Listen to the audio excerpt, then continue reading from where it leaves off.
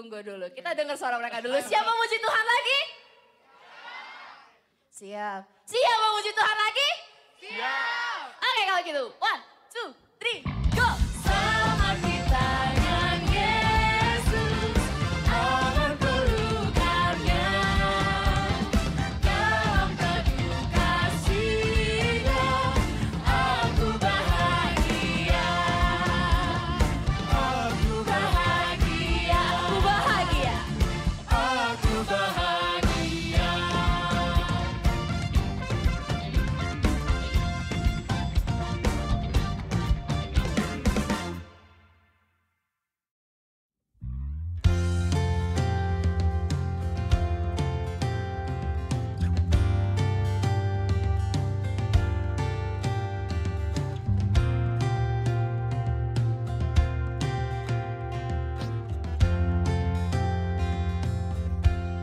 Apalah arti ibadahmu kepada Tuhan bila tiada rela sujud dan syukur? Apalah arti ibadahmu kepada Tuhan bila tiada hati tulus dan syukur? Ibadah sejati jadikanlah persembahan. Ibadah sejati kasihilah sesamamu. Ibadah sejati yang berkenan bagi Tuhan, jujur dan tulus, ibadah murni bagi Tuhan.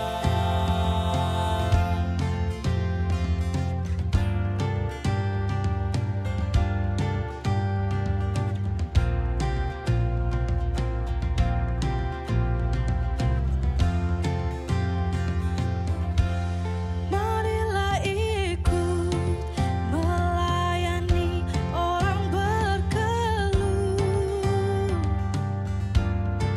agar iman tetap kuat serta teguh. Itulah tugas pelayanan juga panggilan, persembahan yang berkenan bagi Tuhan. Ibadah sejati jadikanlah persembahan. Ibadah sejati kasihilah sesamamu. Ibadah sejati yang berkenan bagi Tuhan, jujur dan tulus, ibadah murni bagi Tuhan.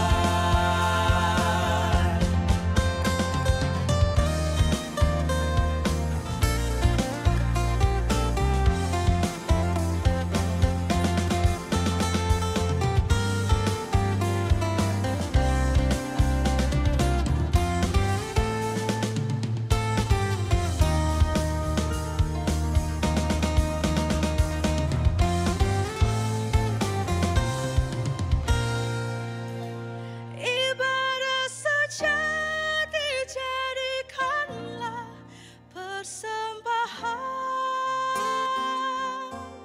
Ibadah sejati kasihilah sesamamu. Ibadah sejati yang berkenan bagi Tuhan, jujur dan tulus, ibadah murni bagi Tuhan. Ibadah sejati jadi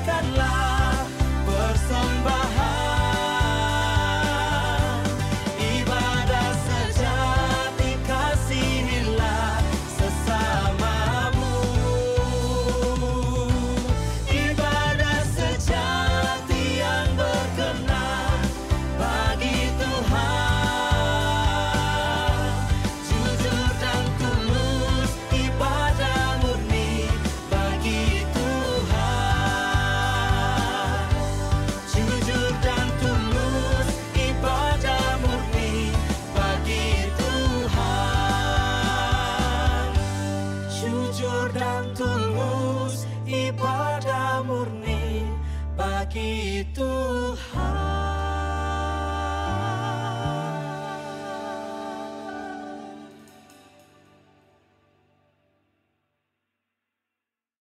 Halo, gua Raditya Dika punya podcast di Spotify dengan nama Podcast Raditya Dika.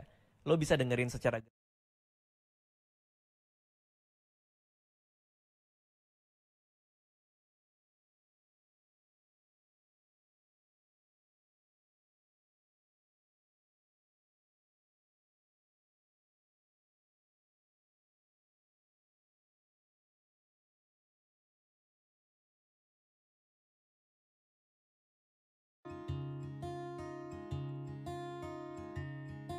Di dunia tipu-tipu, kamu tempat aku bertumpu.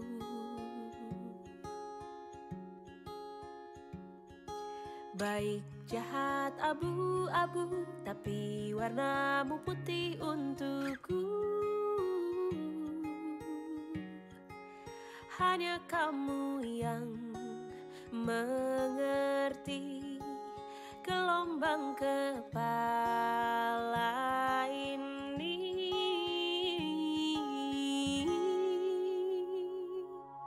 Puja-puji tanpa kata, mata kita yang bicara, selalu nyaman bersama, janji takkan kemana-mana. Puja-puji tanpa kata, mata kita yang bicara, selalu nyaman bersama, janji takkan kemana-mana ya. Di dunia tipu-tipu, ku bisa rasa nyata denganmu.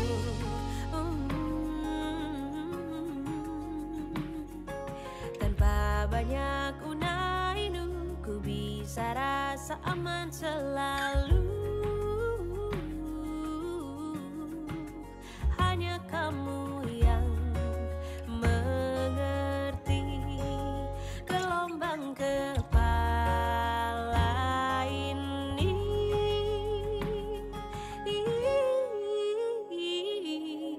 Puja-puji tanpa kata, mata kita yang bicara, selalu nyaman bersama, janji takkan kemana-mana. Puja-puji tanpa kata, mata kita yang bicara, selalu nyaman bersama, janji takkan kemana-mana ya. Lelucon aneh tiap hari, ku tertawa tanpa tapi, tetaplah seperti ini.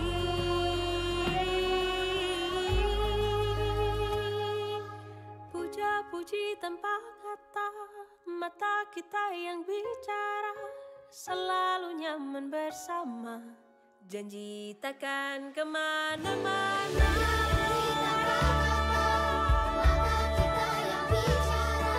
Selalu nyaman bersama, janji takkan kemana-mana.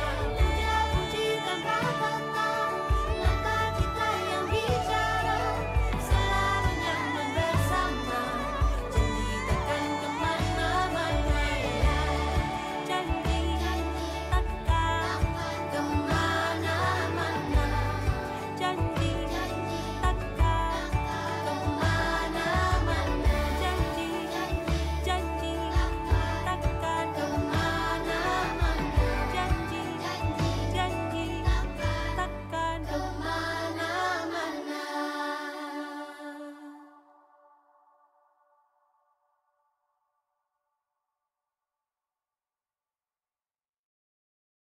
Sajauh ning panginditang satebihing leleng kahan, heup di mana diri miara, mulang tetep kasalira. Dina tetep unggal juru, aya carita nu nyentuh kalbu, kagagas ka bayang-bayang saban wayah mawa tenang. Ku endahna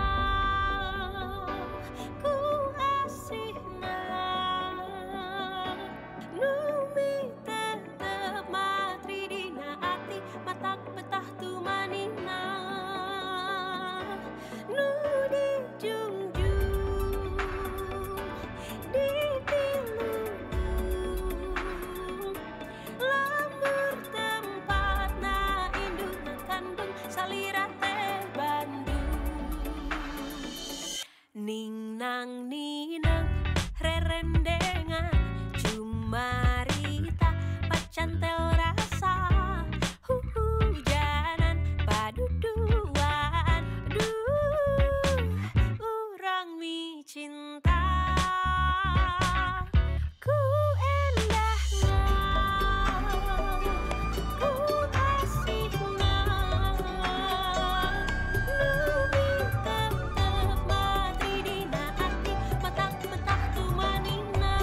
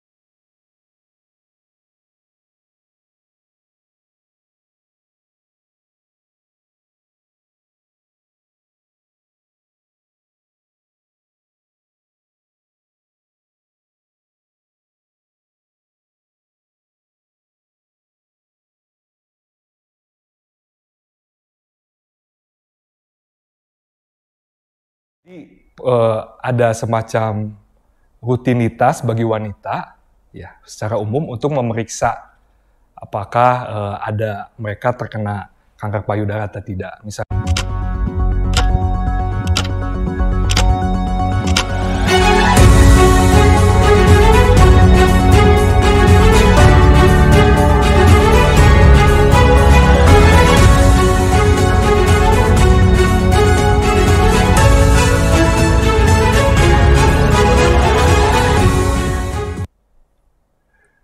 Salam sejahtera, kita berjumpa kembali dalam program Inspirasi Maranatha. Program Inspirasi Maranatha merupakan program yang lahir dari kajian, penelitian atau riset yang dilakukan oleh para dosen Universitas Kristen Maranatha Bandung. Dan kita akan mengawali satu acara yang tentunya sangat menarik berkaitan dengan kondisi kesehatan, khususnya kanker payudara, tetapi dengan pendekatan yang berbeda. Dan kita akan mengawali lebih dahulu dengan doa, dan saya akan memimpin dalam iman Kristen. Mari kita bersama berdoa. Bapa yang maha baik, yang adalah Sang Tabib di dalam Kristus, Engkau dengan kuasanya, Engkau menyatakan cinta kasih-Mu yang memulihkan. Dan Engkau juga mengaruniakan roh hikmat, supaya pemulihan juga dilakukan secara rasional, dengan pendekatan ilmiah, dengan pendekatan medis. Karena itu Bapak, pada kesempatan ini, kami akan bersama-sama membahas salah satu bagian pendekatan untuk mendeteksi kanker payudara. Bapak yang maha baik, biarkan Engkau memberkati setiap percakapan kami dan kepada narasumber kami, Bapak Hendra Bunyamin. Kami serahkan percakapan ini di dalam kemurahan Tuhan, di dalam nama Tuhan Yesus Kristus. Amin. Nah, saudara-saudara, pada kesempatan ini kita akan membahas satu topik yang menarik. Ya, kita mengenal ada kanker payudara, tetapi dalam konteks ini pendekatannya bukan sekadar medis, ya, tetapi penggunaan teknologi, ya, kan itu judulnya adalah klasifikasi cancer payudara berdasarkan citra histopatologis dengan menggunakan pendekatan progressive resizing, ya. Dan kita telah ditemani dengan seorang narasumber, yaitu Bapak Hendra Bunyamin, dan saya persilakan Pak Hendra Bunyamin memperkenalkan diri kepada para sahabat Maranatha. Silakan Pak. Selamat siang Bapak Ibu, teman-teman semua, sahabat Maranatha. Perkenalkan saya Hendra Bunyamin, saya salah satu dosen di Prodi Teknik Informatika Fakultas Teknologi Informasi. Dan bidang yang menjadi ketertarikan saya adalah mengenai machine learning atau secara umum adalah kecerdasan buatan. Dan dalam kali ini saya coba mengangkat topik bagaimana artificial intelligence atau kecerdasan buatan ini dapat kita gunakan untuk mengklasifikasi breast cancer. Ya, demikian perkenalan dari saya. Ya, baik Pak Hendra Bunyamin, saya kira Bapak udah cukup lama di Maranatha. Boleh tahu tahun berapa Pak Hendra di Universitas Kristen Maranatha? Ya, saya ada di Universitas Kristen Maranatha sejak tahun 2003, Pak. 2003 ya? Waktu itu saya masih bergabung, prodinya itu masih bergabung di Fakultas Teknik. Oh, iya. Jadi sudah 19 tahun ya Pak ya? Iya. Ya, inilah Pak Hendra Bunyamin yang akan memandu, memberikan kepada kita satu masukan yang berharga ya, klasifikasi kanker payudara berdasarkan citra histopatologis ya, dengan menggunakan pendekatan progressive resizing ya.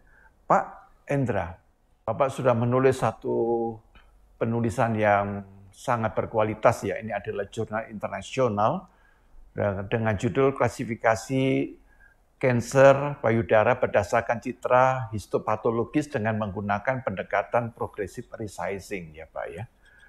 Nah Pak, dalam penulisan ini kan tampaknya Bapak membuat satu sinergi dengan beberapa ahli ya.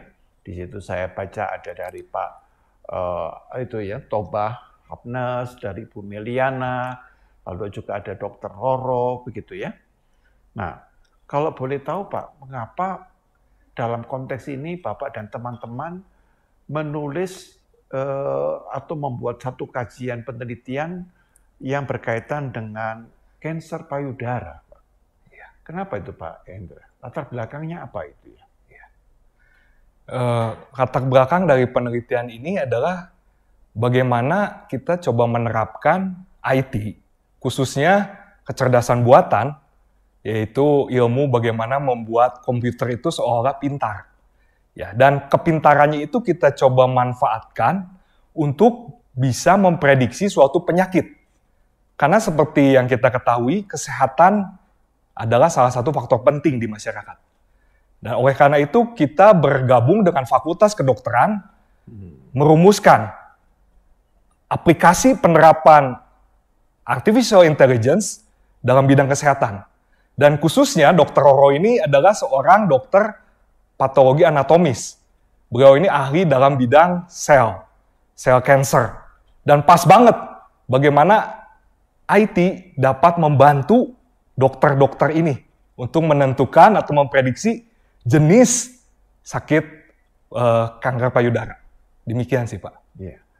Pak, kalau dilihat tampaknya ada satu concern yang cukup kuat tentang kanker ini ya Pak ya. Kanker payudara ya Pak. Kan padahal kita tahu ada banyak kanker ya. Kenapa kok ulasannya itu mengarah kepada kanker payudara? Itu kira-kira apa ya Pak alasannya ya? Kanker payudara ini kalau kita lihat di data Global Cancer Observatory, jadi ini merupakan lembaga observasi penyakit kanker di seluruh dunia. Kanker payudara ini adalah penyebab kematian nomor 2 tertinggi bagi wanita. Tetapi khususnya untuk di Indonesia, kanker payudara ini adalah termasuk jumlah kanker dengan jumlah kasus paling banyak di Indonesia. Ya, demikian sih Pak. Jadi begitu banyak kasus di Indonesia untuk para wanita yang menderita penyakit kanker payudara. Jadi ini ada satu penelitian yang menemukan bahwa ada begitu banyak perempuan di Indonesia yang terkena kanker payudara ya Pak. Betul sekali. Lalu dalam konteks itulah dipikirkan bagaimana membantu para dokter atau rumah sakit melalui teknologi, dalam hal ini adalah artificial intelligence, kecerdasan buatan, sehingga melalui teknologi artificial intelligence ini diharapkan dapat meringankan ya, jadi jumlah kanker payudara ini kalau bisa sejak awal itu dapat bisa diprediksi, dideteksi sehingga tidak sampai menimbulkan kematian begitu ya Pak ya. Jadi tampaknya ini mematikan ya Pak ya bagi banyak perempuan ya Pak. Iya. Dan mengingat juga bahwa di Indonesia menurut data WHO rasio dokter dan populasi penduduk di Indonesia itu masih rendah. Jadi tenaga dokter di Indonesia itu masih sedikit. Oleh karena itu kita mencoba penelitian yang dapat mengotomatisasi prediksi penentuan jenis sakit kanker payudara ini, Pak. Meskipun ini hanya pada tahap awal ya, meskipun pada tahap selanjutnya masih perlu konfirmasi dari dokter. Tapi ini sebagai langkah awal, deteksi dini dalam menemukan atau mendeteksi sakit kanker payudara. Demikian. Jadi dalam konteks ini pendekatan Pak Hendra Bunyamin bukan dia sebagai seorang dokter, karena Pak Hendra Bunyamin ini spesialisasinya pada artificial intelligence. Nah karena itu percakapan atau pertanyaan saya tidak mengarah kepada penyakit itu sendiri secara medis, bukan begitu ya Pak ya? Tetapi pendekatan saya dari sudut teknologi, begitu. Nah Pak, dalam konteks pendekatan teknologi dalam hal ini adalah artificial intelligence. Kalau menurut Pak Hendra yang juga sempat melakukan diskusi bersama dengan teman-teman dan di situ ada juga timnya ada seorang dokter ya. Sebaiknya pengambilan sel kanker payudara atau yang disebut dengan biopsi ya Pak ya. Jadi biopsi kan untuk memeriksa sel itu ya Pak ya. Betul. Baiknya itu dilakukan setelah ada gejala apa agar para perempuan ini tidak sampai terlambat untuk melakukan pemeriksaan dini ya Pak ya. Jadi ada semacam rutinitas bagi wanita secara umum untuk memeriksa apakah mereka terkena kanker payudara atau tidak. Misalnya ada sedikit benjolan, mereka bisa konsultasi ke dokter. Jadi idealnya ada semacam pemeriksaan periodik kepada dokter gitu ya. Nah, soal apakah akan dilakukan biopsi atau tidak, itu tergantung dari dokter yang memeriksanya. Biasanya biopsi ini kita lakukan ketika sudah hampir nyata terkena kanker payudara dan ini menentukan stadiumnya atau jenisnya dari penyakit kanker payudara ini sih Pak. Demikian. Ya Pak. Jadi saya membayangkan bahwa tidak semua perempuan di Indonesia ini kan mempunyai kesadaran akan kesehatan itu karena berkaitan dengan masalah yang real, yaitu keadaan ekonomi ya Pak ya. Nah keadaan ekonomi itu sangat berpengaruh di dalam pola berpikir. Kadang-kadang orang berpikir untuk makan aja susah, begitu kan? Apalagi untuk memeriksakan diri ke dokter secara periodik.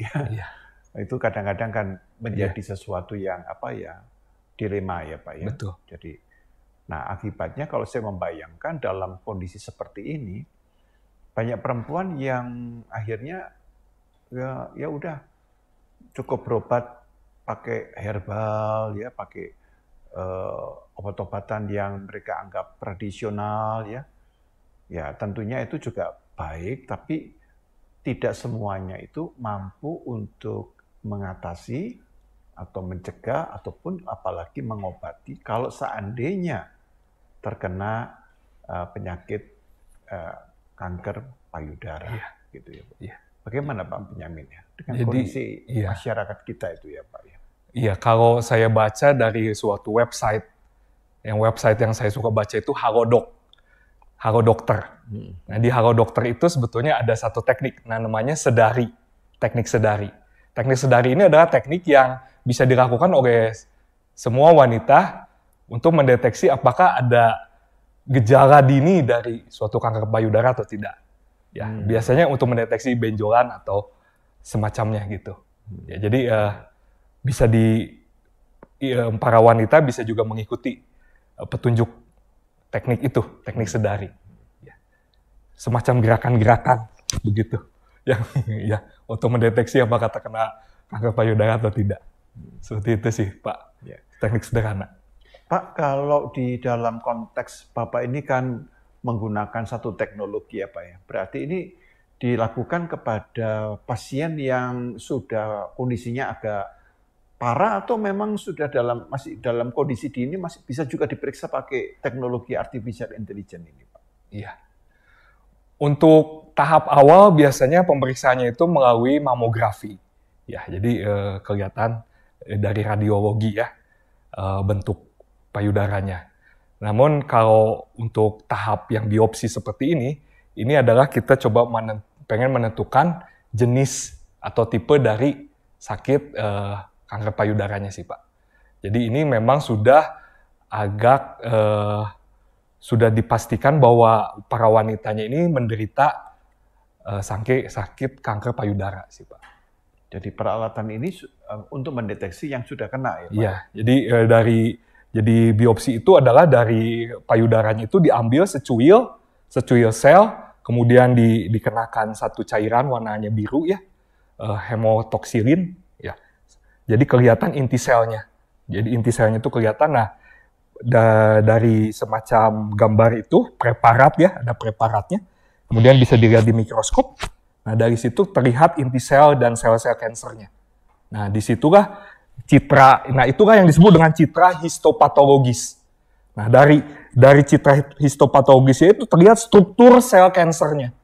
Nah, biasanya yang bisa mendeteksi, oh ini jenis kansernya misalnya karsinoma atau jenis yang masih jinak, itu adalah seorang ahli patologis, ya, patologi anatomi. Nah, hal ini bagaimana kalau kita bisa mengotomatiskan penentuan deteksi dari gambar histopatologis ini, yaitu dengan kecerdasan buatan. Seperti itu, Pak. Iya. Ya, sangat menarik ya.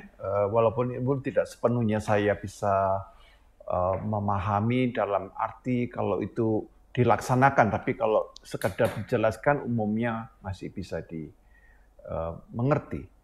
Tetapi tidak apa-apa, kita kan memang bukan dokter, tapi kita ingin memberikan satu pemikiran berupa kontribusi supaya percakapan kita ini bisa menolong dan juga meringankan masyarakat atau mencoba mencegah ya jauh-jauh hari. Nah, Pak, dalam ulasan Bapak itu, dalam jurnal itu disebutkan perlu dilakukan deep learning oleh dokter dalam melakukan biopsi. Ya. Dalam konteks ini deep learning dalam arti yang bagaimana ya Pak Hendra Bunyamin ya? Iya, jadi deep learning ini adalah semacam teknik ya, atau algoritma kalau di bidang teknik informatika. Jadi dia itu belajar, ada input dan ada proses, kemudian ada output. Nah, si algoritma atau teknik deep learning itu dia belajar dari gambar-gambar histopatologis. Ya, jadi dia belajar dari gambar-gambar histopatologis yang diberikan kepada program atau algoritma tersebut. Jadi kita memberikan gambar dan juga jenis kansernya. Ya, jadi misalnya ada gambar, kemudian ini jenis kansernya misalnya ganas.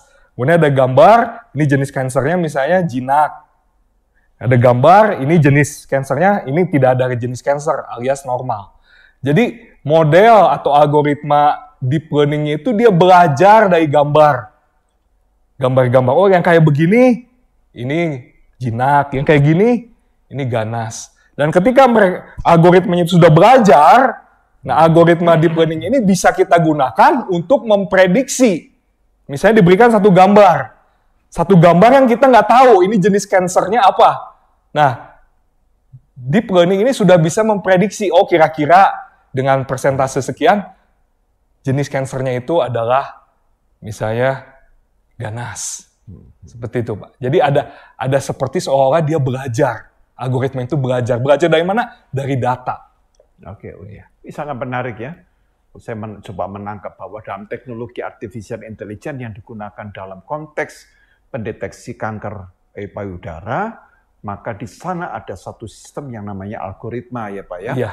Nah, algoritma itu dirancang supaya dia bisa belajar gitu ya Pak ya. Betul. Nah, belajarnya dalam hal ini adalah melalui gambar. Kalau bentuk gambar-gambar seperti ini, oh ini berat ya. Kalau yang ini masih sedang, kalau yang ini masih normal gitu ya Pak. Iya, betul. Saya kok baru teringat bahwa di dalam konteks ini ada yang namanya machine learning ya Pak ya. Iya. Mesin yang belajar gitu ya Pak. Betul.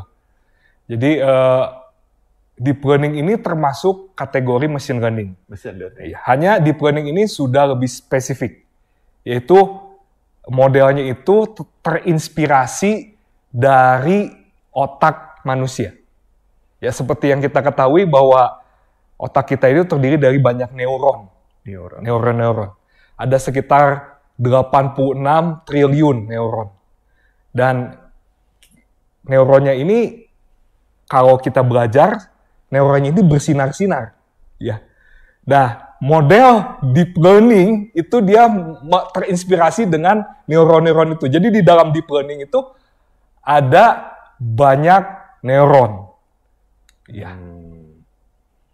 Nah, neuron ini Pak berarti diciptakan dong oleh manusia melalui mesin itu. Ya, disebutnya ini neuron yang buatan. Ya. Jadi artificial neuron. Kalau boleh saya jelaskan dengan gambar, nanti akan dikirimkan juga kepada pemirsa gambar-gambarnya. Iya. Kalau boleh saya jelaskan di gambarnya ini, silakan. Ini adalah neuron aslinya sebenarnya. Kalau kita lihat, ini neuron aslinya yang sebelah kiri, yang A.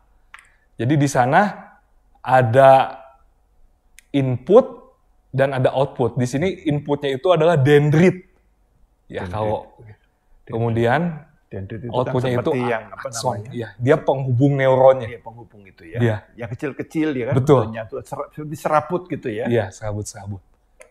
Kemudian kalau neuron buatan, kita lihat yang sebelah kanan, terinspirasi, jadi ada juga inputnya. Kalau Bapak Ibu kita lihat di sini, ada input 1, 2, 3, 4, kemudian ada outputnya. Jadi algoritma deep learning ini menggunakan banyak neuron.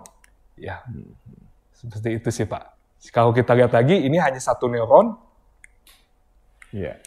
Ini hanya satu, sebentar. Ini hanya satu neuron, kemudian yang B, yang A itu satu neuron, yang B itu banyak neuron, dan yang C ini adalah sebuah neural network. Ya, jadi ada input sama output, dan banyak sekali neuron-neuron itu.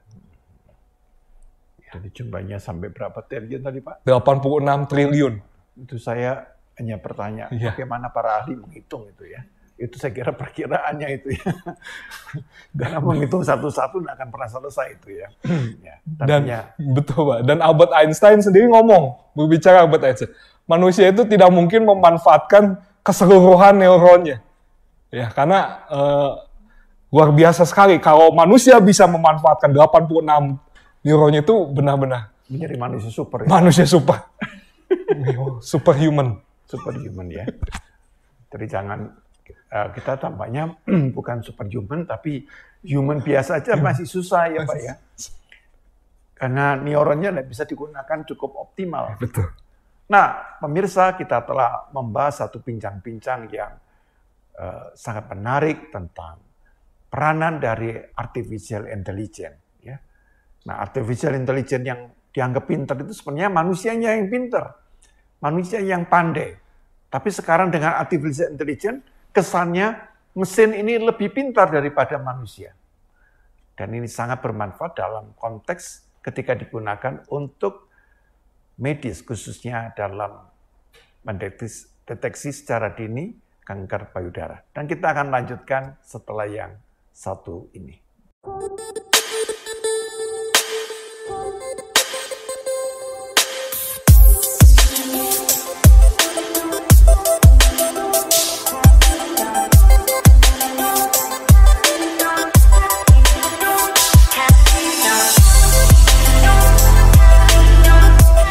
Perkenalkan, nama saya Kevin Kurniawan. Saat ini saya adalah co-founder dari Decoding Indonesia. Decoding adalah sebuah platform untuk membantu developer lokal di Indonesia. Saat ini kami bekerja sama dengan beberapa perusahaan teknologi besar seperti IBM, Google, Samsung, Microsoft untuk membuat akademi terbaik di Indonesia.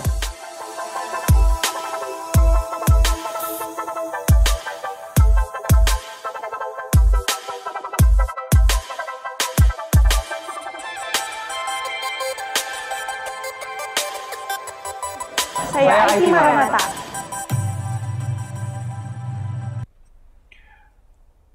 Salam sejahtera, kita kembali, saudara-saudara, para sahabat Maranatha, membahas satu hal yang menarik, klasifikasi untuk mendeteksi kanker payudara berdasarkan citra yang disebut histopatologis dengan menggunakan pendekatan progressive resizing, dan narasumber kita adalah Pak Hendra Bunyamin.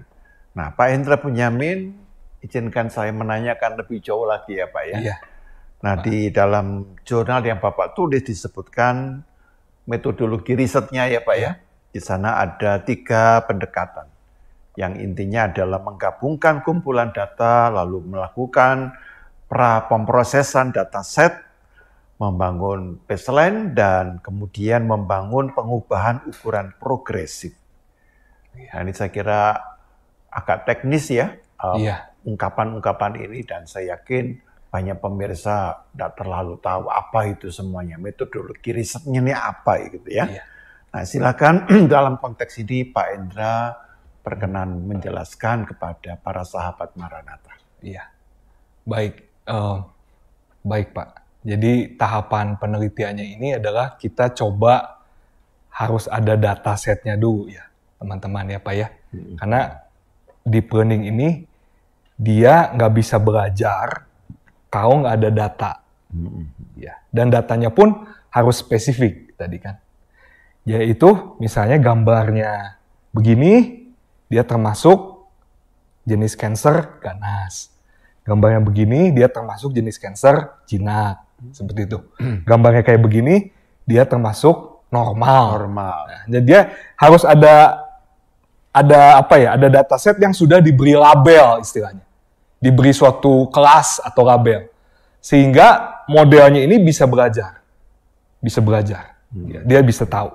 Nah, datasetnya ini awalnya itu kita mau coba ngambil dari rumah sakit di Kebonjati dan juga di Kerawang, tapi karena awal COVID sehingga tidak memungkinkan. Oleh karena itu kita coba ambil data itu dari lembaga riset internasional.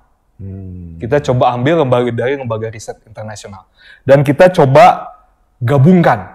Ya, jadi tahap pertama itu adalah menggabungkan dataset. Ya. Jadi yang pertama menggabungkan dataset dari 3 lembaga riset internasional. Ada yang pertama itu dari Brazil, yang namanya PND Laboratorium di Paraná, Brazil. Kemudian ada juga dataset breast cancer itu dari Portugal, Porto. Dari IPA Timut namanya, lembaga riset khusus breast cancer. Dan juga ada juga dari Amerika Serikat, dari Santa Barbara, University of California. Nah, tahap pertama itu kita coba gabungkan datasetnya ini menjadi dataset yang menjadi bahan baku buat algoritma deep learning-nya itu bisa belajar. Ya, itu tahap yang pertama, yaitu penggabungan dataset. Ya.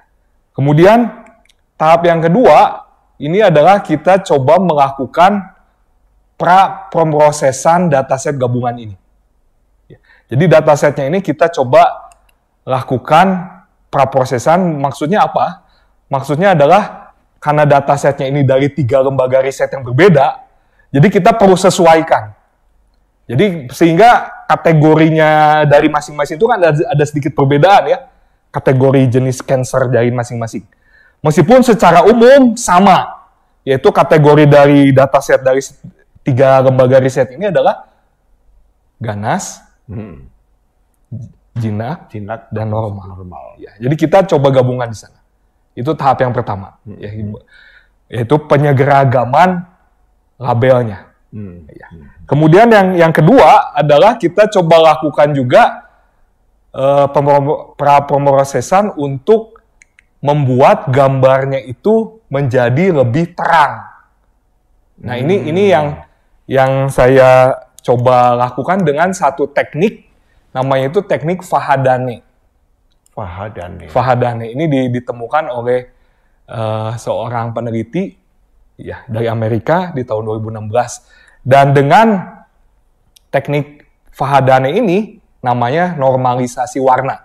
Jadi Normalisasi warna. warnanya itu kita normalisasi supaya seragam. Seragam di sini artinya apa? Artinya kontra warnanya itu bisa dibedakan antara inti sel dan yang sel-sel lain. Seperti contoh di gambar ini, kalau sebelum normalisasi itu seperti ini, ya. Kemudian sesudah normalisasi dia menjadi terang sehingga kelihatan inti selnya. Nah, inilah dua pra-pemrosesan yang dilakukan. Ya. Ya. Tadi itu Kemudian dilanjutkan juga dengan pembuatan baseline. Baseline. Jadi dalam penelitian machine learning atau artificial intelligence adalah sangat umum ketika kita bikin satu model dasar, model baseline, model standar. Nah, nanti teknik terbarunya ini kita coba bandingkan dengan teknik baseline ini. Apakah lebih baik atau lebih jelek? Seperti itu. Ya, dalam penelitian machine learning seperti itu. Ya. Nah, baseline-nya ini adalah yang kami gunakan adalah baseline-nya ini adalah neural network, masih jaringan saraf tiruan, ya, seperti yang tadi neural network. Dan lebih khususnya itu adalah convolutional neural nets. Ya, jadi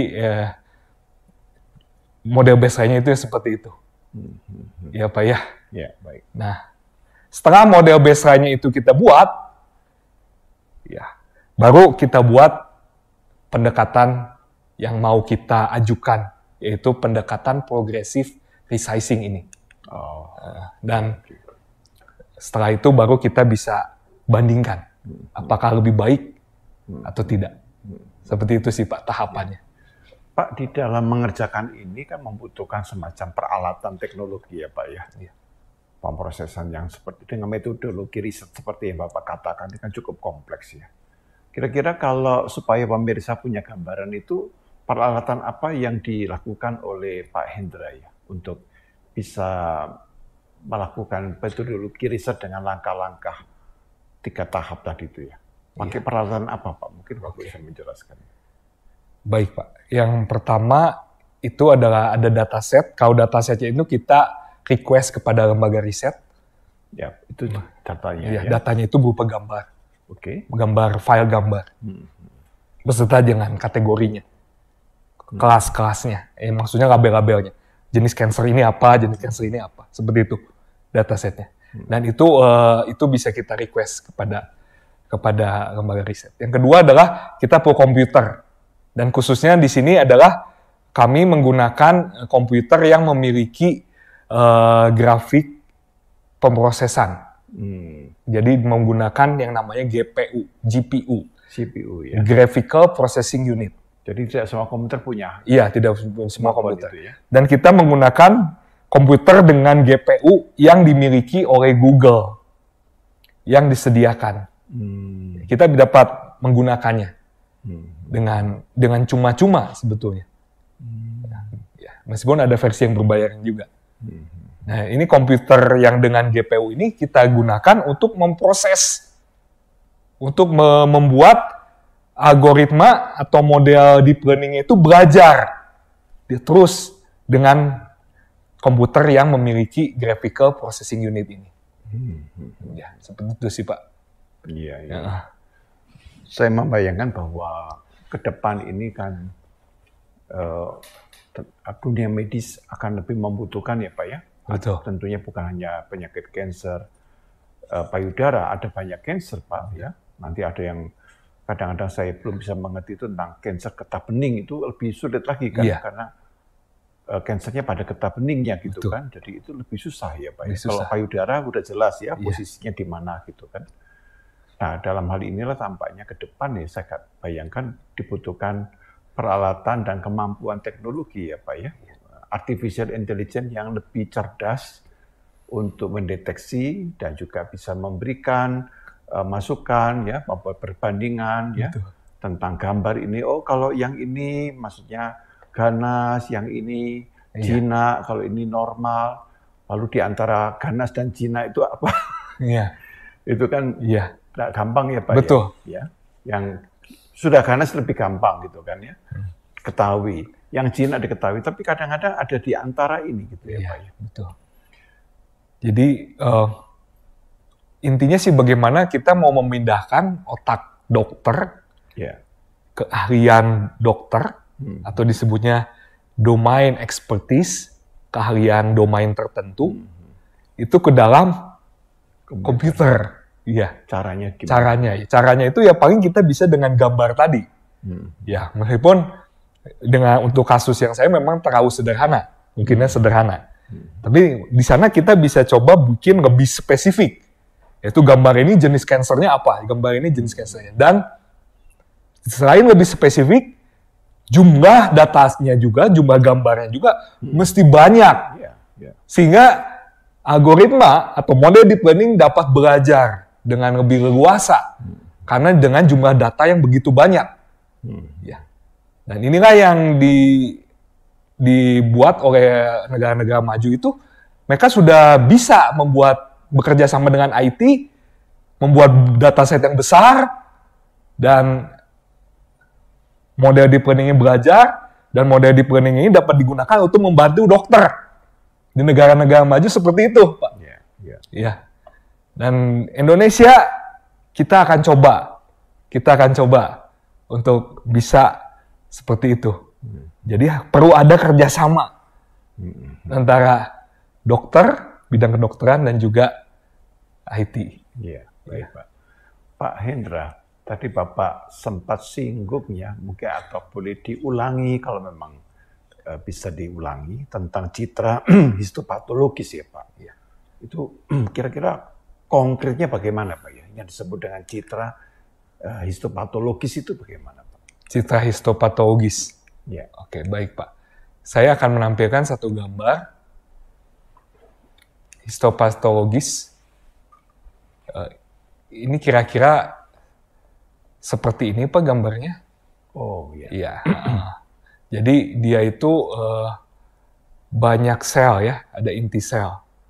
Tapi kita sudah berikan cairan warna.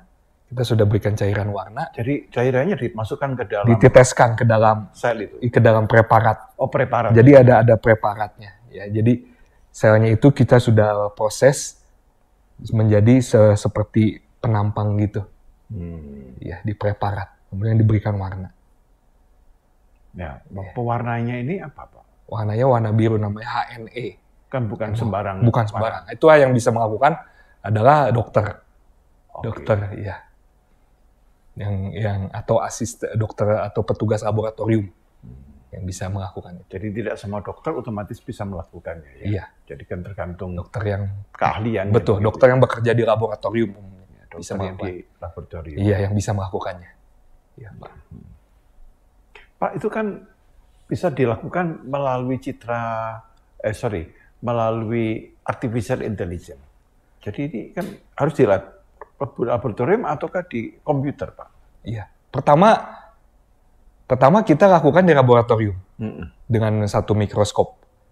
Dan mikroskop itu biasa punya kamera.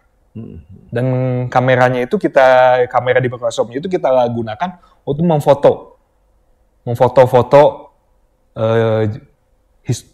citra histopatologis itu, gambar yang seperti di ini. Nah itu, dan hasil fotonya itu disimpan dalam file. Nah filenya inilah yang sudah diberikan juga labelnya, berikan juga kelasnya. Misalnya ini gambar seperti ini apa kategorinya, jenisnya apa gitu. Seperti itu sih Pak. Baik Pak Hendra.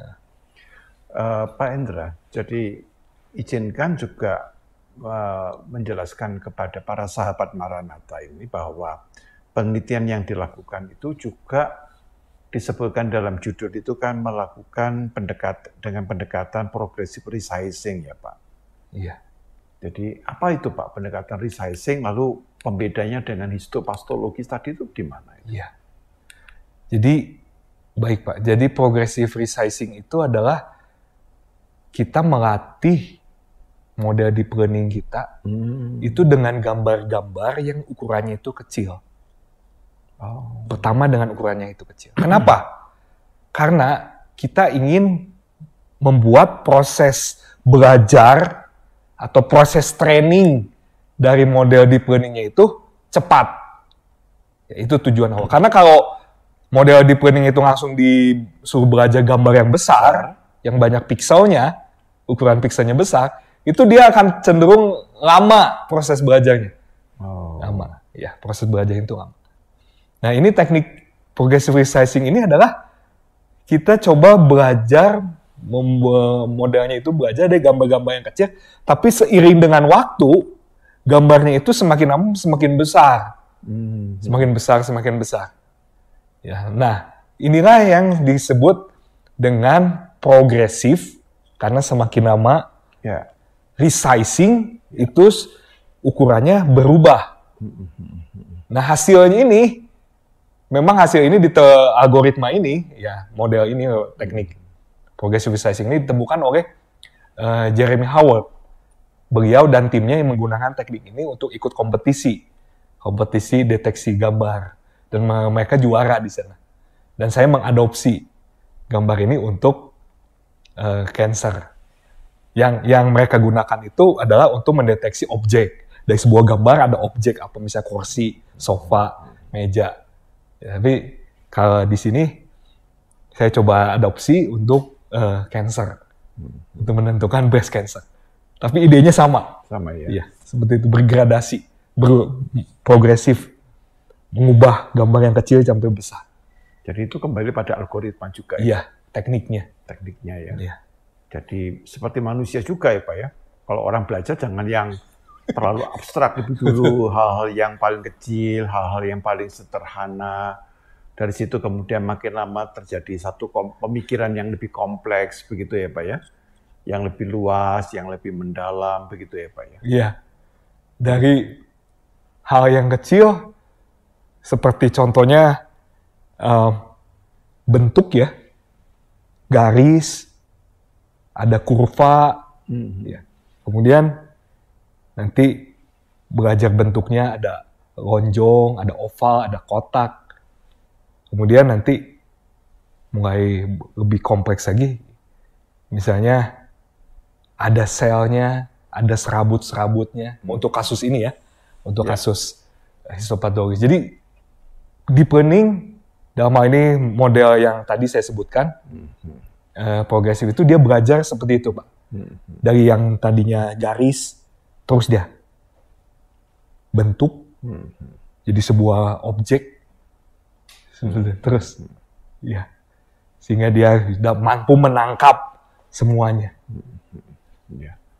Dan ini satu tantangan ya, kalau mesin aja mau belajar ya Pak, ya apalagi kita sebagai manusia ya, harus semakin belajar ya.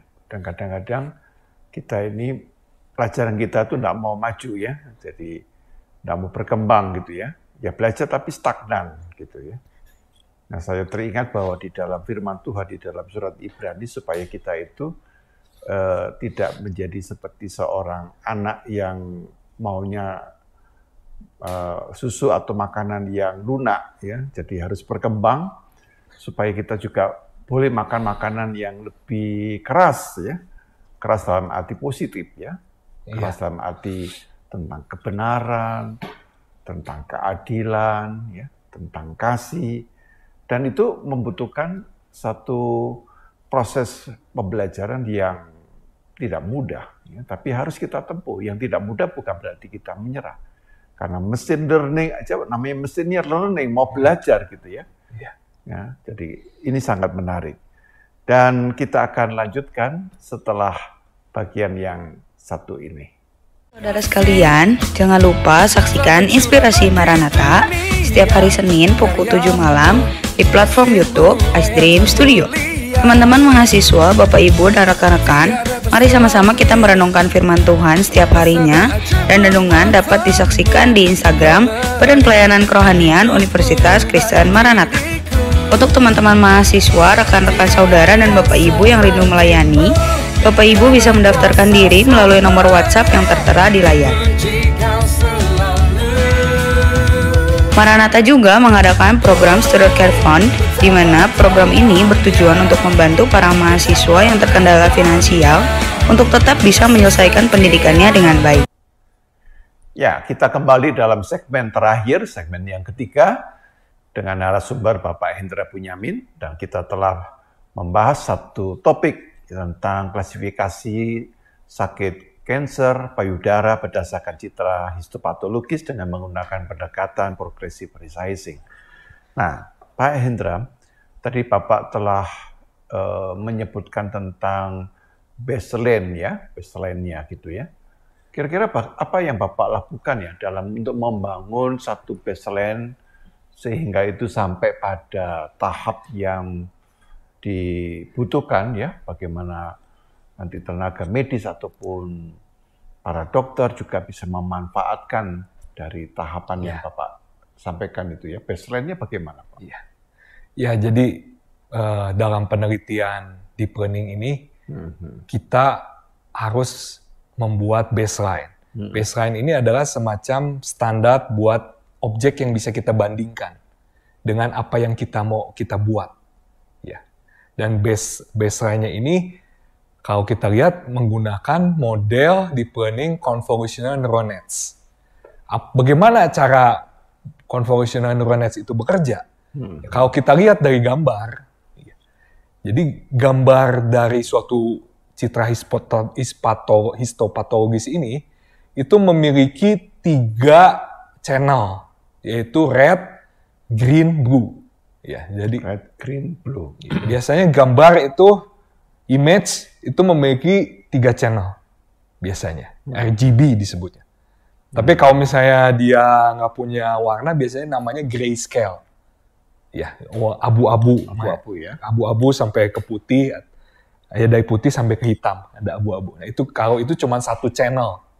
Tapi kalau karena ini citra histopatologis, kita punya 3 channel. Ya. Dan menentukan warnanya itu berdasarkan channel-channel ini. Ya. Jadi kalau mau bikin warna oranye itu bisa dimainkan merah dan kuningnya gitu. Ya, atau merah dan hijaunya kayak gitu. Dan dikombinasi seperti itu. Ya. Nah, kalau kita lihat di gambar ini, kita punya 3 channel sebagai input. Dan 3 channel ini, red, green, blue ini menjadi input buat model deep learning-nya. Ya. Dan kalau kita lihat tiap channel ini dikalikan dengan bobot. Bobot itu suatu nilai. Ya. Dan misalnya nilai birunya itu misalnya 25, nilai hijaunya itu misalnya 50, nilai merahnya itu misalnya 75. Nah, itu semua 25 dikalikan dengan bobotnya. Bobotnya ini pertama kita tentukan secara acak, secara random. Nah, nilai dari blue, green, red ini setelah dikalikan dengan bobotnya kita jumlahkan. Dan juga kita masukkan, kita jadikan input bagi fungsi aktivasi. Ya, fungsi aktivasi. Dan hasilnya itu berupa output. Nah, inilah outputnya. Output inilah yang menjadi prediksi kita sebetulnya. Meskipun belum prediksi awal ya. Kayak semacam transformasi lah. Transformasi perubahan dari 3 channel ini menjadi 1 channel. Nanti 1 channel ini ada proses lagi berlanjut. Ya. Dan ini kenapa dikatakan deep learning? Karena deep, dalam. Yaitu apa? Prosesnya itu berlayer-layer. Jadi terus Berlayer-layer. Contohnya yang kami gunakan ini sampai 50 layer. Banyak ya. Iya. Nah ini nggak bisa komputer sembarangan, nggak bisa komputer yang kita punya biasa, PC biasa. Harus PC komputer yang ada GPU-nya tadi, Graphical Processing Unit-nya. Karena begitu banyak layernya. Lama kalau nggak lama, prosesnya lama banget. Iya. Ya, apalagi kalau gambarnya besar. Ya, seperti itu. Ya. Kalau boleh saya tahu Pak, yang melakukan ini tentunya kan tidak semua dokter ya Pak ya, tetapi tenaga dokter yang Bapak sebutkan di laboratorium.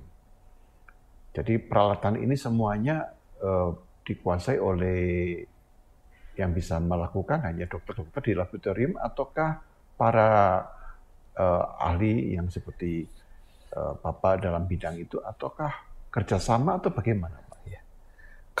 Oke Pak, kalau untuk dataset, untuk data itu kita dari laboratorium. Tapi begitu kita sudah dapat datasetnya, nah kita masuk ke IT, ke komputer. Jadi biasanya dokter-dokter ini nggak paham Pak tentang IT-nya seperti apa, nggak paham. Jadi model deep learning-nya mereka nggak paham. Jadi tidak paham ya? Nggak paham mereka. Mereka hanya tahu sampai menentukan ini berdasarkan di biopsi ini sakit kanker, misalnya karsinoma. Mereka hanya paham seperti itu. Tapi mereka tapi kita coba bantu untuk mengotomatisasikan proses itu, penentuan itu, Pak. Ya, Nah, Pak Hendra, tadi Bapak sebutkan dalam pendekatan progressive resizing itu perlu memperhatikan gambar-gambar kecil ya Pak ya. Iya. Jadi atau lebih tepat progressive resizing itu akan menghasilkan gambar kecil ya. Dan Bapak sebutkan 128 pixel. Lalu kemudian itu diakhiri dengan pelatihan menggunakan gambar besar atau ukuran gambar asli. Nah ini mungkin tadi sudah disebutkan, tetapi mungkin Pak Hendra bisa lebih spesifik atau lebih jelas agar para sahabat Maranatha ini bisa mengetahui ya pola kerja dari pendekatan progressive resizing tadi itu ya. Iya Pak. Iya, jadi kita progressive resizing ini adalah teknik yang sederhana sebetulnya, sama seperti kita ketika kita belajar, yaitu kita coba menggunakan gambar yang kecil. Jadi kita mencoba menggunakan potongan-potongan dari gambar yang keseluruhan. Potongan-potongan itu kita coba pelajari. Dan mungkin ketika kita belajar dari potongan-potongan gambar kecil itu, kita nggak tahu gambar ini menjadi gambar apa. Ya. Tapi nanti seiring dengan berjalannya waktu, ketika kita belajar gambar yang kecil-kecil ini, kita bisa melihat keseluruhannya. Oh, jadi gambarnya ini sebetulnya gambar sebuah, misalnya contoh, sebuah piano. Tadinya kan nggak kelihatan gitu. Ketika gambar-gambarnya kecil. Kenapa nggak langsung gambarnya besar? Itu tadi, karena masalah komputasi yang bisa lama, prosesnya banyak sekali komputasi karena gambarnya besar. Ya, jadi nanti proses training itu lama, nggak selesai-selesai nanti. Makanya ini kita lakukan semacam trik, semacam tips gitu ya. Kita belajar itu. Kecil-kecil, tapi ketika kita coba rangkai, dia menjadi sebuah objek yang bisa dikenali. Seperti itu. Baik Pak Indra, ya. Mudah-mudahan ini satu dorongan bagi para sahabat Maranatha. Kalau begitu anak saya suruh atau saya motivasi supaya studi di Fakultas Teknologi Informasi, ya, karena bidang ini akan dibutuhkan ke depan bukan hanya di satu bidang ya. Contohnya bukan hanya satu penyakit kanker payudara, tapi saya yakin itu nanti dalam banyak hal. Itu masih kedokteran, belum lagi nanti dalam bidang bisnis, belum lagi dalam bidang sosial ya, bidang ekonomi. Betul. Nah, Saudara-saudara, izinkan saya untuk menanyakan dalam pertanyaan yang terakhir ini. Apakah peralatan medis untuk mendeteksi kanker payudara ya, berdasarkan citra histopatologis dengan menggunakan pendekatan progressive resizing tadi itu ke depan itu sebaiknya dikuasai oleh siapa saja Pak? Saya bayangkan kalau itu tenaga dokter di laboratorium saja, ya nanti saya khawatirnya padahal ini kan harus kerjasama ya Pak. Iya. Nah itu saya bayangkan. Betul. Kira-kira bagaimana Pak ya? Iya. Supaya ada gambaran karena kita ke depan itu kan harus kuat di dalam kolaborasi. Betul, betul sekali. Poin di sini ya kolaborasi. Iya. Supaya nanti ini tidak dikuasai oleh satu kelompok saja. Betul. Nah, itu kan tidak bagus ya. Iya. Nah, ke depan ini kalau bisa kemampuan teknologi yang canggih ini dapat dikuasai oleh banyak pihak, tetapi mereka bisa bersinergi. Betul. Bagaimana Pak Hendra dalam konteks ini? Iya. Saya sampaikan. Betul. Seperti kata Pak Yo, bahwa kolaborasi itu sangat penting. Dan ya kalau saya lihat, IT sendiri nggak bisa berdiri sendiri. Kedokteran nggak bisa berdiri sendiri. Atau fakultas sains, bisnis, atau apapun nggak bisa berdiri sendiri. Oleh karena itu kita perlu membuat satu pusat studi gitu ya. Dalam hal ini pusat studi misalnya contoh pusat studi terapan artificial intelligence atau kecerdasan buatan. Nah dengan sebuah pusat studi ini kita bisa coba lebih aktif lagi untuk bisa berkolaborasi. Ya, mungkin di dalam pusat studi itu kita bisa setiap minggu bisa saling sharing tentang teknologi atau tentang artikel ilmiah apa gitu. Ya, jadi kita bisa saling berkolaborasi seperti itu, Pak. Pusat studi. Ya. Jadi udah nggak zamannya ilmu itu di kotak-kotakan atau berdiri sendiri. Tapi udah saatnya kita bersinergi, betul sekali. Dan saya kira bersinergi atau berjejaring ya, jadi membangun jaringan ya, jaringan kerjasama, jaringan kolaborasi, atau membentuk teamwork ya, yang sudah dilakukan oleh Pak Hendra itu kan menghasilkan satu tulisan atau ulasan yang sangat berbobot ya, sehingga masuk di dalam jurnal yang cukup bergengsi dan cukup berwibawa. Nah dalam konteks ini Pak Hendra sebagai seorang akademisi dan juga Bapak sebagai seorang yang sekarang menekuni bidang dan hanya IT tetapi juga lebih khusus tentang artificial intelligence ya.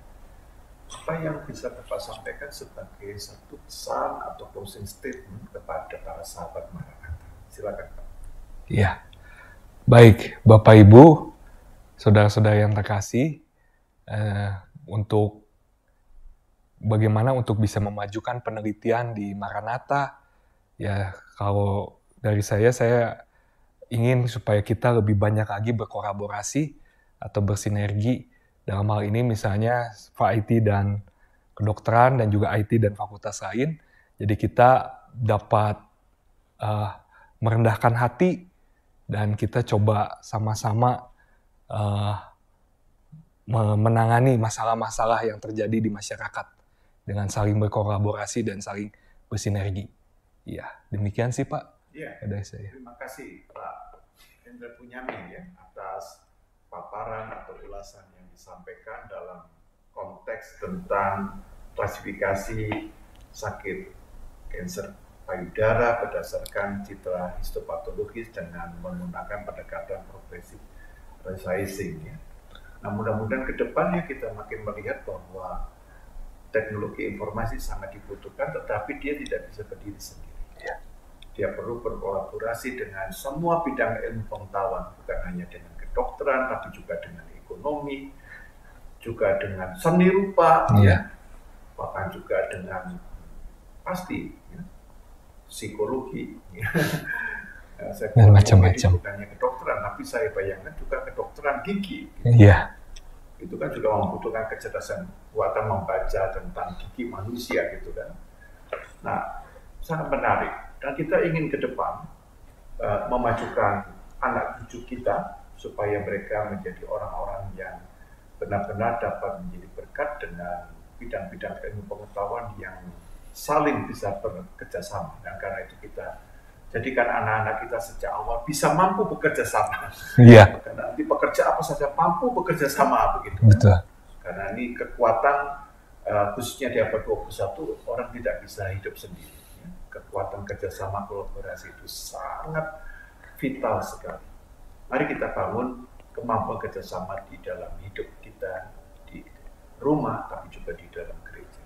Terima kasih Pak Indra atas paparan dan ulasannya. Dan sama-sama Pak. Kita bisa nanti membahas satu jurnal lain yang Bapak bisa tawarkan ini ya. Bisa makin diinspirasi. Amin. Dan izinkan saya akan menutup dengan doa dan mari kita bersama berdoa. Bapak yang Maha Baik, Engkau adalah sumber pengetahuan, sumber segala hikmat, yang mana melalui Roh Kudus-Mu Engkau terus menerangi dan membuka pemikiran-pemikiran manusia yang selama ini seringkali tertutup oleh mitos-mitos, oleh kepercayaan, tahayul, dan itu yang menyebabkan kami tidak mampu merespon situasi dengan benar. Tuhan, kami ingin membawa bangsa kami Indonesia supaya bangsa kami Indonesia tidak semakin kuat di dalam kepercayaan-kepercayaan yang irasional, kepercayaan kepada tahayul, tapi lebih daripada itu, sebagai orang-orang yang telah ditebus oleh Kristus, kami boleh menjadi orang-orang yang dibuka pemikiran-pemikiran yang lebih kritis, yang lebih objektif, dan kami boleh mengembangkan ilmu pengetahuan dan teknologi agar ke depan baik kami dan generasi kami, anak-anak kami, bahkan para cucu dan setiap anggota keluarga dapat menjadi kontributor yang berharga dalam mengembangkan pengetahuan dengan kemampuan berkolaborasi satu dengan yang lain. Berkati Pak Hendra Bunyamin sebagai seorang dosen dan akademisi, Tuhan memberkati segala pelayanannya, pemikiran-pemikirannya, Tuhan, sendiri campur tangan di dalam kehidupan Pak Hendra Bunyamin bersama dengan keluarga. Kami serahkan Bapak doa kami dan rangkaian acara yang sudah kami dengarkan bersama ini, agar itu menginspirasi kami. Kami berdoa di dalam kuasa-Mu, di dalam nama Tuhan kami, Yesus Kristus, kami sudah berserah diri. Amin. Amin. Amin. Terima kasih. Sampai jumpa kembali dalam program selanjutnya. Into your eyes makes my heart come alive. Suddenly brought to life when I met you. Reaching beyond the skies, running deep, stretching wide. Perfect love realized here with you. Come on now. Now this love is for real. You will never let go, never let go. Oh, and it's more than just words. Love beyond my control, out of control. Hands up. This is real love. This is real love. This is real love, this is real love. Oh.